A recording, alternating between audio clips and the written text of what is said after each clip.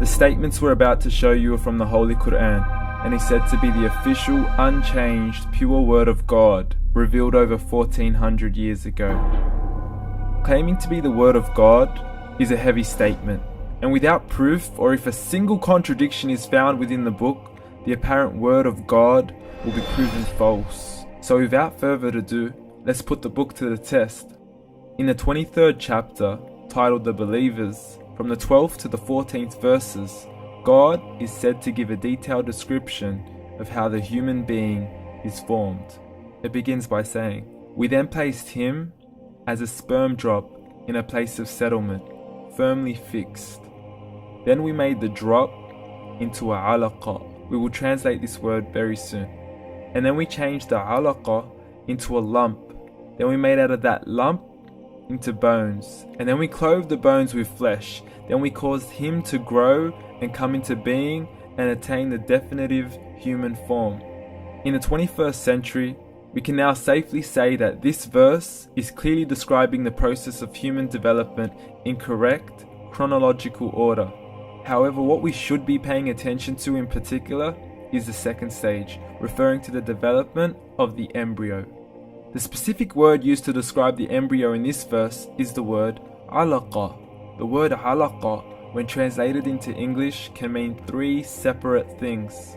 Firstly, a blood clot, or to be suspended, that is to be hanging or clinging to something, or thirdly and finally, a leech. Now, all three definitions don't come anywhere near what we perceive to be the human embryo. So, why are these words used, and what significance do they share with the human embryo? Can the embryo be described as a blood clot? Well, what do you think? In the 3rd week of embryonic development, a tubular heart joins with the blood vessels to form a primordial cardiovascular system, and by the end of the 3rd week, the blood is circulating and the heart begins to beat on day 21. The first thing that comes to mind in regards to being suspended or hanging is the umbilical cord. But we can't use that example because we are simply referring to step 2, before the baby has even formed. But we now know today that the umbilical cord is formed from the connecting stalk, and the connecting stalk is formed as soon as the embryo is formed.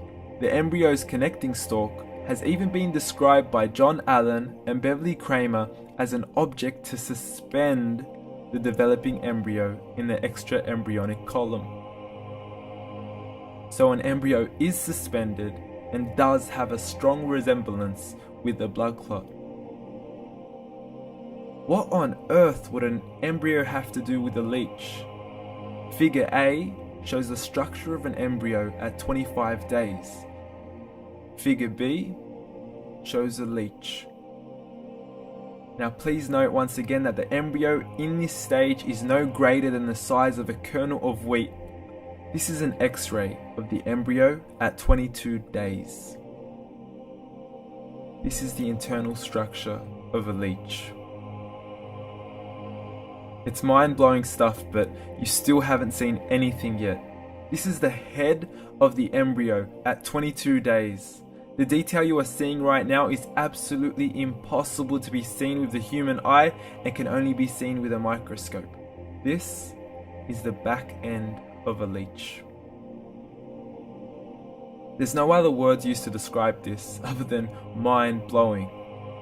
The pictures we have shown you are impossible to be seen with the human eye or even to be predicted by the human mind. Once again, the verses we have shown you were revealed over 1400 years ago to a man who couldn't read nor write. Are these the words of God? Descriptions of the human embryo in the Quran cannot be based on scientific knowledge in the 7th century. The only reasonable conclusion is that these descriptions were revealed to Muhammad from God, from God, from God, from God.